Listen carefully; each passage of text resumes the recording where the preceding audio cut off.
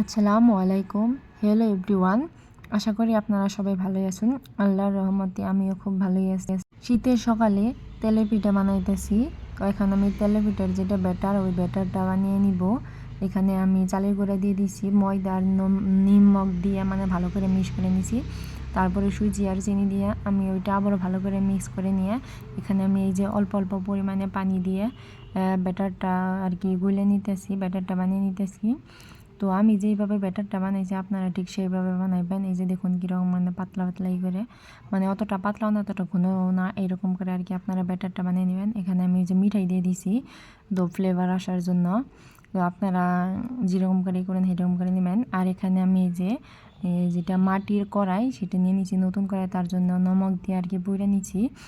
তো দুর্ভাগ্যবশত তো আমি জানি না মানুষ কীভাবে মাটির কড়াইতে বা মাটির পাত্রের মধ্যে রান্না বান্না করে, বলতে পারবো না। তো আমি এরকম মানে আর কি এটার মধ্যে কয়টা আর কি ভাজছিলাম, ভাজার পরে তো কড়ার মানে তল দিয়ে আর কি তেলটা পড়ে যে এরকম করে হয়ে গেছে, পড়ে গেছে।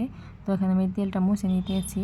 তো আমি কড়াইটা বহুত আশা করে কিনছিলাম মানে তেলে পিঠা বানানোর জন্য, তো হলো না। তো কড়াইয়ের মানে বাইরের সাইড দিয়ে পুরোটাই তেল মানে আর কি ভিজে পড়ে গেছে। তারপরে আমি আবারও গ্যাসটা জ্বালিয়ে অন্য একটা কড়াইতে, তো আমার তো ওইরকম আর কি ছোটো কড়াই নাই, এই বড় কড়াইটাই ছিল, তার জন্য আমি এই বড় কড়াইটাতে ভালো করে গরম করে তেল দিয়ে দিতেছি। দেখুন ওই কড়াইয়ের তেলটা আমি কত পরিমাণে তেল দিয়েছিলাম, তো তেলটা গেছে। আর এই যে দেখুন তো সাইডে মানে দেখুন কীরকমভাবে আর কি তেল পড়ছে।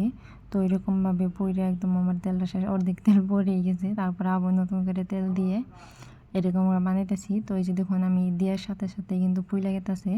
তো এরকম করে আপনারা বানাইবেন, খাইতে কিন্তু দুর্দান্ত স্বাদ, অনেক অনেক স্বাদ, মানে আর কি অনেক ভালো লাগে। তো যদি আপনারা নারকেল দেন, নারকেল দিয়েও বানায় মানছি, আমি নারকেলটা দিই নাই। তো এইভাবে নর্মালও বানায়, তো নারকেল দিলে আরও অনেক অনেক স্বাদ হয়।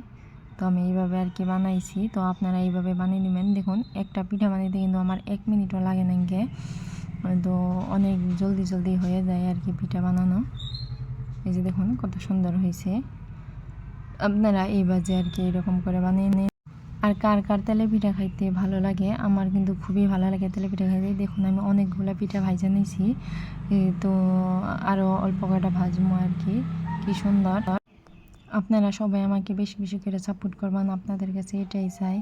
তো জলদি জলদি আমার 4000 ওয়াচ টাইম পূরণ করে দিন, তাই জন্য আমি মনিটাইজেশন অন করতে পারি, সেটাই আর কি। এই যে দেখুন কত সুন্দর হয়েছে। তো এইভাবেই আর কি আপনারা ভাইজে নেবেন। তো আমি শুকনা চালের গুঁড়ি দিয়ে বানাইছি, আপনারা কাঁচা চালের গুঁড়ি দিয়ে বানাইতে পারেন। তো এই ব্যাটারটা কিন্তু আমি অনেক সময় রেখে দিয়েছিলাম, আধা ঘন্টার মতো, তারপরে কিন্তু বানাইছি। এখন তেলের মধ্যে দিয়ে সাথে সাথে ফুলে গেতেছে। তো এই যে দেখুন আমি খাইয়াও দেখাইতেছি। তো আমি এতগুলো পিঠা বানাইছি।